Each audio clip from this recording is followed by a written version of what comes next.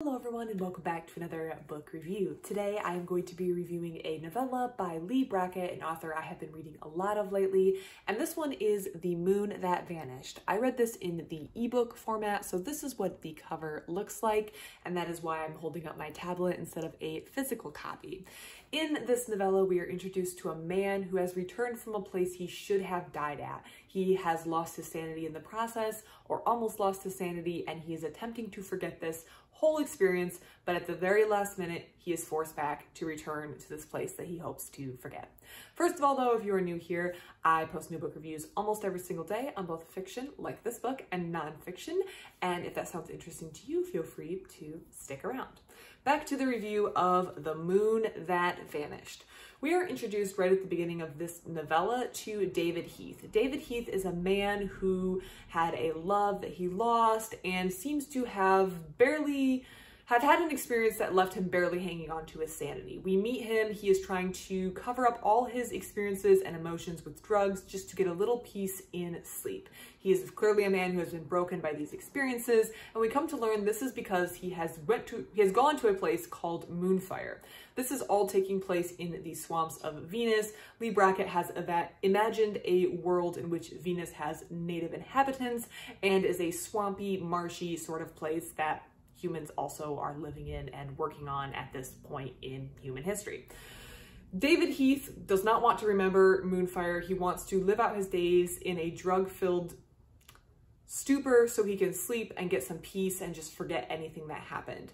However, he then runs into two individuals named Broca and Allure, and they inform him that because he has gone to Moonfire and returned and not been driven entirely to sanity to the point that he has died, there is a cult that is very interested in him. This cult exists on Venus, and they have this belief that Venus used to have a moon.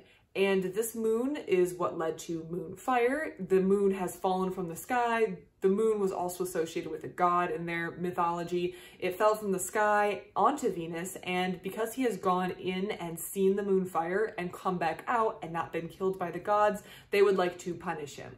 Well, David Heath doesn't think this is a good idea, so he is forced to go to the one place that they will not follow him to, and that is Moonfire, which is exactly what Broca and Allure want, because they would like to go to Moonfire, particularly Broca. Broca would like to go to Moonfire to obtain powers to become a god. That is the allure that draws people to go to Moonfire. If you go to this place, you will receive powers to make you like a god.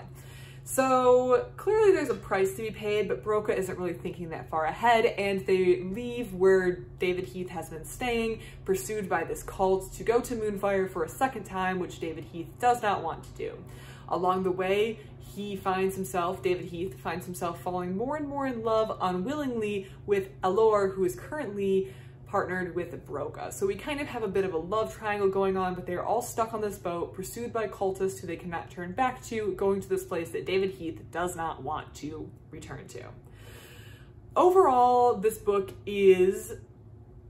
the scenery of this book is what really shines, I have to say. Leigh Brackett can really build a world in under 100 pages. In my copy of this ebook, excuse me, this is 70 pages, and the author builds a vision of Venus that feels very compelling. I felt like I was in it. The world felt very rich, and I feel like that's an overused world when people describe places. Oh, this was rich scenery, or the rich tapestry, or the rich this or rich that.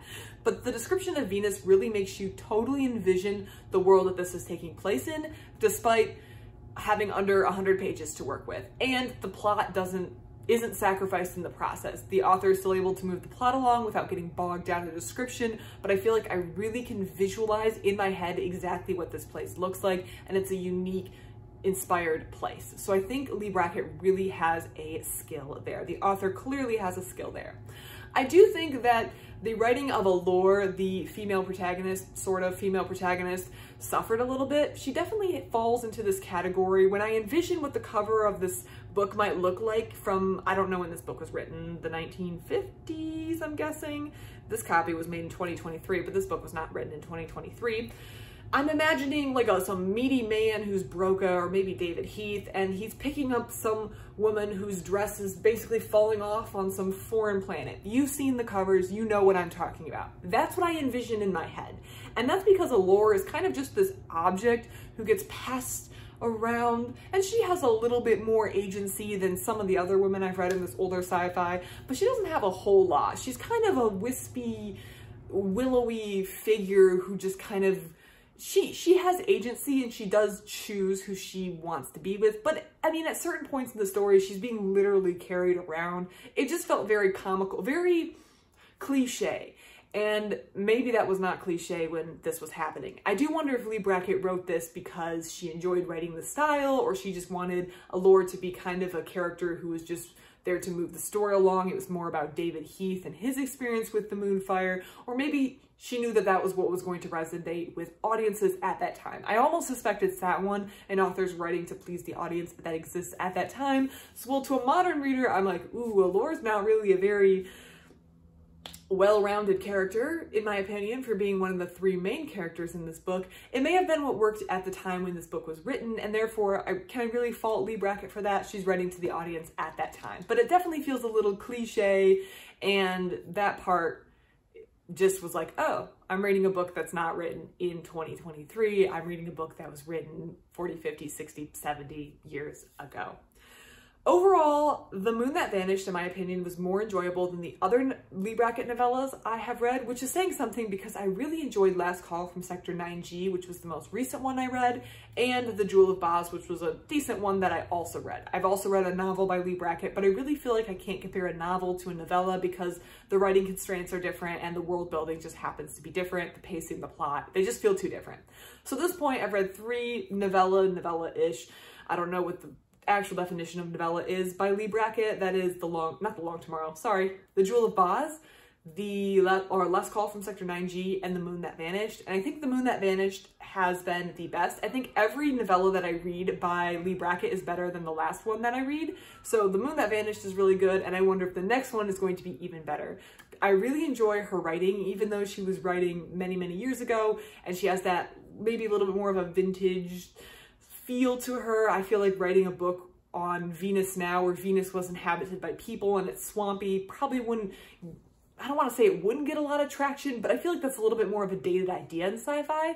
But even though Brackett's writing from some of these more dated ideas that don't pop up a lot in modern sci-fi, I feel like it still works, and that's because she's a good author, she's a good writer, and that's what keeps a modern reader engaged. And I think that's the mark of a good author, when an author is able to entertain even though she's writing from many years ago with a whole different set of rules that were kind of operating in sci-fi at that time, such as the way that women were portrayed, the planets that these stories were taking place on.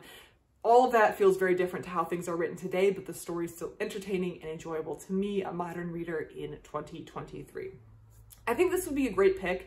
I'm really coming around to novellas. Not that I didn't like them before, but I didn't read a lot of them before. I think a lot of people struggle to read because committing to a novel-length book feels like a huge commitment. And these novellas, like I said, this one is 70 pages. If you read 7 pages a night, you're done in 10 days.